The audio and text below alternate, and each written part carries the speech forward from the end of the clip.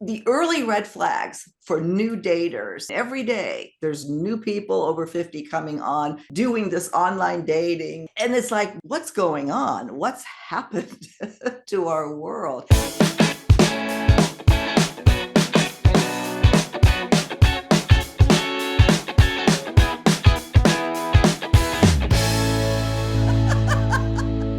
Thank you so much for joining us again on Second Act TV. Once again, I want to welcome Joni Caldwell Lerner back to Second Act, the motivational coach, life strategist, dating coach, and best of all, my good friend. Joni, thank you so much for being here again. Oh, thank you for inviting me. Today's topic, 5 red flags for new daters. If you are new, and every day there's new people over 50 coming on doing this online dating, getting back in the dating scene. And it's like, what's going on? What's happened to our world? And I thought that the early red flags for new daters is a good segment to have, just standing by itself for anybody that comes on, and then they can, watch all the rest of our episodes in more detail. What do you think? So even if people have heard segments before with us or any of your other guests about the red flags, they may hear it differently this time. And it's just important stuff. So yeah. I'm happy to do it again. Well, here are 5, and we've never quite done it like this, isolate these 5, but I agree. Had I known this, I think I went through all 5 of them when I was online dating. The first one is online dating profiles with no information. Many don't have a picture, or if they do have a picture, it's maybe one, and then there's hardly anything written, and that is an immediate red flag. Let's talk about why. Oh, it's a huge red flag. Well, first of all, let's give them the benefit of the doubt that's an actual person who's not catfishing, who's not trying to scam you in any way. Let's take an actual person. Why are they not, putting any kind of effort into this? Why do they not take the time to put up, even a few photos? You want to convey the personality of your life. And if you're the one dating, whether it's a female or a male, right? If the person doesn't have photos, do not engage. No. It's just pass it up. I remember seeing profiles like that. Well, why aren't they putting anything in, or being, winked at, or gotten a comment or something? And I try to be polite. Now it would be, no, just don't go there. If there isn't information, go. Something is wrong. And you don't need to go there. Anybody listening, if they disagree as to why, I'd love to hear it, but I can't think of one reason why. I'm going to say something right now that you just triggered in my head, and that is this: do not people please on a dating website. You do not have to respond to a winky face. You are under no obligation. If you feel a clunk in your gut, do not respond. No obligation whatsoever, and be kind. So if you are engaging, be kind. So don't just say, you're awful, goodbye. But I don't think this is a good fit. No. But thank you for your interest, or if you're actually in a conversation. But no people pleasing, folks. No, and that's really, really good advice that if you haven't done this yet, you need to hear. The second one wants to talk online too much without meeting you. And it says here, believe it or not, there are some people that just want to be online.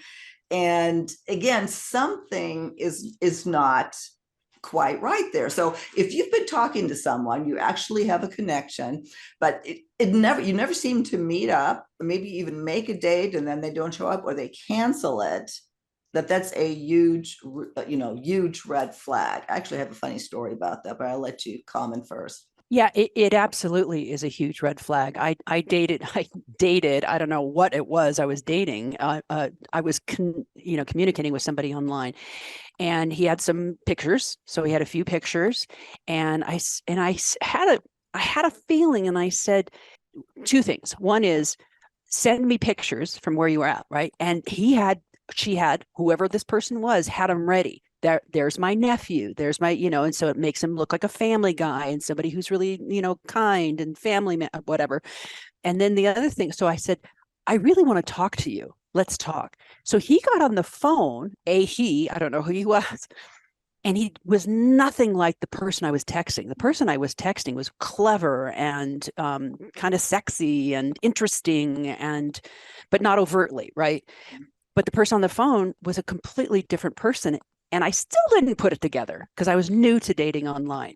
Mhm. So the truth is, it's really important to see the person. You want to do a Zoom kind of thing or a FaceTime. Yeah. And unless you're in the area, then meet up for coffee if it Yeah, feels and right. if it's after, and you don't have to meet up after, talk to him 2 times. We're talking about a couple of weeks going on now. Something to where it's Yes. just really odd that they don't, that they can't meet up. And this happened to have been my very first engagement on Match, and I'll make it really quick. But it was with the guy that, yeah, it was, we're texting back and forth. They had a really, he seemed fun. We had things in common. He was a professional soccer player in Germany, 30 years ago, and that was his downfall with me. Because Ah, I actually know professional soccer players of that era. My brother-in-law was, etc. So after this, I told him, "Hey, have you heard of this guy?" And sure enough, he has. And guess what? He was 5 years older than he said he was and 4 inches shorter. interesting. None of which would have mattered. But the point being, when there was something wrong, something was Yes. not there, and he realized if he met up with me, he'd be a big liar. Yes, yes, yes. At least he was a human, a real human. Yeah. Continue the person I just told you about. They started to try and groom me, and this is important for you to hear out there. Mm-hmm. They'll say, "Hey, could you print out this document that I need for, and then email it to that?" So they're getting you to do things for them, and I said no, no. And then the next time he said, "Could you? My credit card Mm. was canceled. Can you send me $500 in Western Union?" Now I'm already emotionally invested in this person. I actually like this person, but the brain that knows said no, no. Don't let them manipulate you. That is all manipulation, Yeah. all of it. Now but that's not to say I met my guy online. I loved it. Once I got my bearings, and I got a certain amount of skill. There's a learning curve to dating online. What you're describing is an out and out scam. Yes. The catfishing. We have videos on that. The bottom line is, we won't go into it here in depth. Anybody ask you for money? No. Done. No. But you do not do anything like you were asked to do. That is just a number one thing. Yes. Anybody asks you that, you're out of there. Done. Mhm. Over with. So Yes.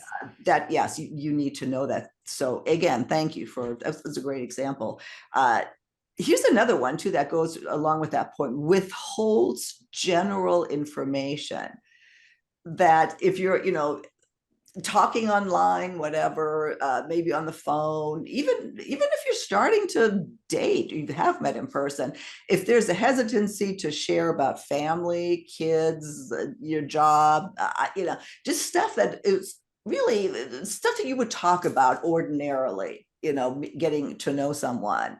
Or maybe if you're just meeting during the week and not on the weekends, they could be married. That happens all They the could time. be married. So I figured stuff out, more quickly as I went. And I also had on my beautiful younger sister. She's a year younger, and she had done online dating in her 40s, and she knew the thing, and she said that guy's a manipulator, he's a scammer, he's a whatever, and because she's very protective of me, thank goodness, she saved me a lot, which is what we're trying to do too. Exactly. So yeah, trying to have the the Yes. awareness of the red flags, and don't waste your time, because these are definite signs. And again, if anybody disagrees, please let us hear it. Some people just don't like to share. They are more introverted perhaps, but then do you really want to be that person that is not going to disclose any? I don't know. You said general information.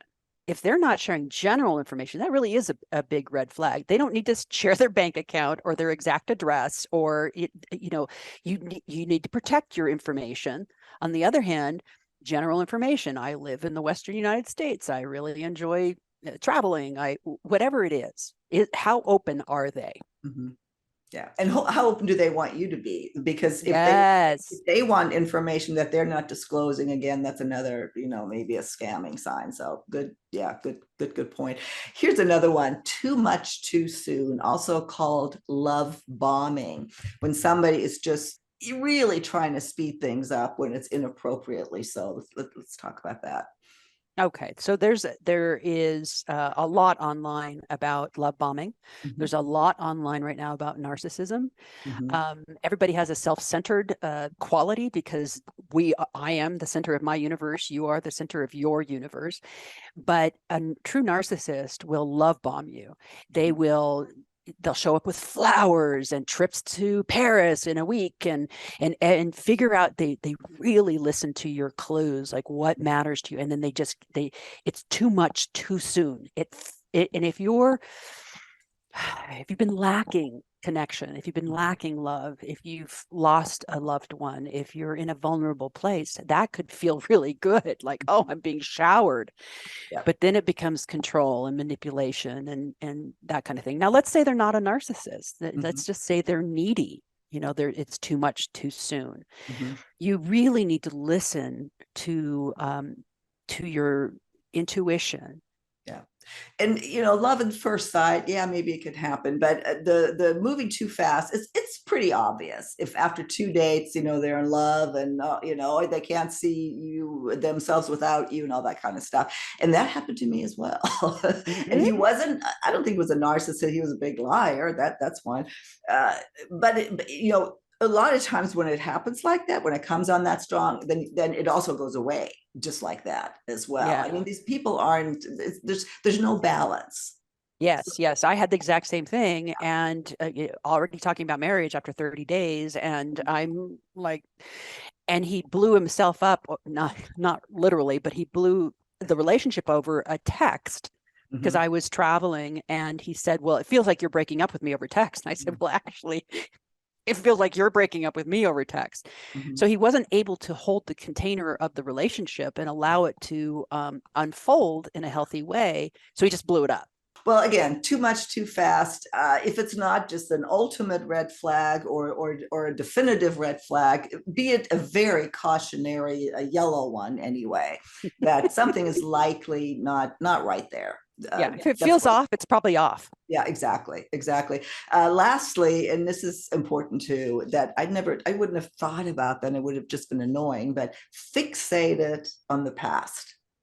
That's somebody who is just plagued by the past with ghosts from the past, always talking about their ex, just stuck in the past.